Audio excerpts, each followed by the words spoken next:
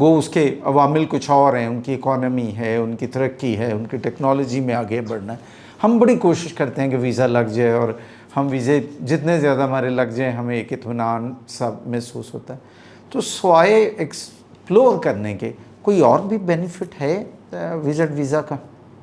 سر دیکھیں، میں نے خود ہاف آف دا جو ہے ورلڈ تقریباً موسٹلی جو بڑے یورپی کنٹریز وزٹ کیا. آپ کا ایکسپوجر بہت بڑھتا ہے. ٹھیک ہے، یہ جب آپ ڈفرینٹ نیشنلٹی کے لوگوں سے بات کرتے ہیں، ان کا رہن سہن، کھانا پینا، یہ سب چیزیں جب آپ دیکھتے ہیں تو آپ کا ویژن کافی براڈ ہوتا ہے، جو کہ پھر واپس آ کے آپ کو آپ کے کریئر میں، آپ کے ایون گھر کے معاملات میں.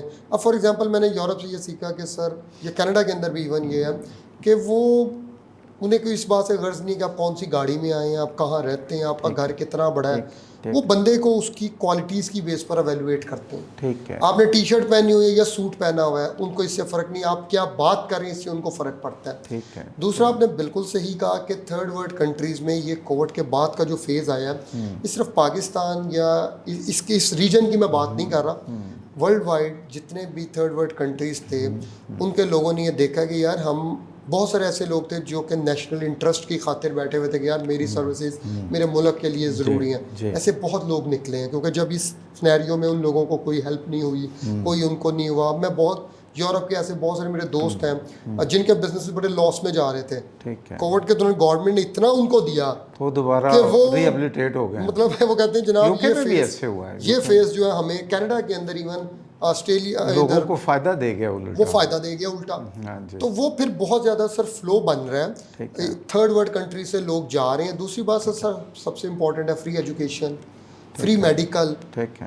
دوسری بات ہے، اگر آج خدا نخواستہ بہت اچھا کر رہے ہیں، آپ کو کچھ ہو جاتا ہے تو آپ کی فیملی جو ہے وہ آپ کے چھوڑے ہوئے اساتذہ جات اسی کے اوپر ہی کچھ کر سکتی ہے. ادروائز اسٹیٹ کی شاید ان کو کوئی سپورٹ نہ ملے. لیکن ادھر تو اسٹیٹ آپ کو پوری طرح آن کرتی ہے نا. بالکل ٹھیک. تو شاید یہ وہ کچھ ریزنز ہیں جن کی وجہ سے لوگ زیادہ باہر جا رہے ہیں. یہ پچھلے 4-5 سالوں میں بہت تیزی آئی ہے، صرف پاکستان میں نہیں، ورلڈ وائڈ آئی ہے.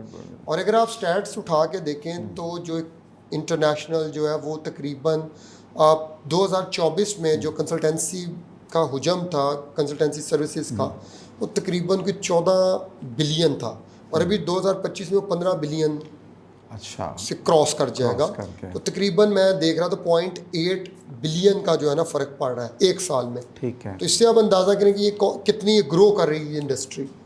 میں لوگوں کو صرف ایک مشورہ دینا چاہوں گا، آپ جب بھی کسی کنسلٹنٹ کے پاس جائیں خود تھوڑا سا ہوم ورک ضرور کر کے جائیں. ٹھیک ہے. اور اس سے کویشچنس کریں، اور اس کو یہ نہیں کہ جی میں 4 ملکوں میں ویزا آفیسر رہا ہوں، میں نے یہ کر دیا، میری گوروں کے ساتھ بڑی تصویریں ہیں، یا آپ کو ڈاکومنٹس کوئی نہیں چاہیے. مجھے کوئی ایک ایمبیسی دکھا دیں جہاں پہ لکھا ہو ڈاکومنٹس کے بغیر آپ کا کیس جمع ہوتا ہے.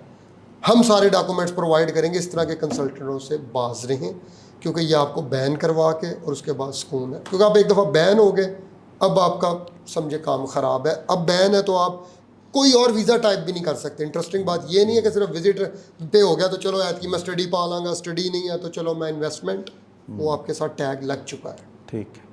بہت شکریہ علی صاحب، آپ نے وقت دیا، بہت ساری آپ سے مفید باتیں ہوئیں. Most welcome sir. Ali Asad صاحب کو ہم نے پوڈ کاسٹ میں زحمت دی تھی. ہماری یوتھ جو ہے وہ اوورسیز ایجوکیشن کے لیے جانا چاہ رہی ہے، اس کے علاوہ امیگریشن سیکرز ہیں. ہم نے کوشش کی کہ ان سے عمومی دلچسپی کے کچھ سوالات رکھیں، اور امید ہے آپ ان سوالات سے یقیناً مستفید ہوئے ہوں گے. مجھے دیجیے اجازت، بہت جلد نئے مہمان کے ساتھ دوبارہ ملاقات ہوگی. اللہ حافظ.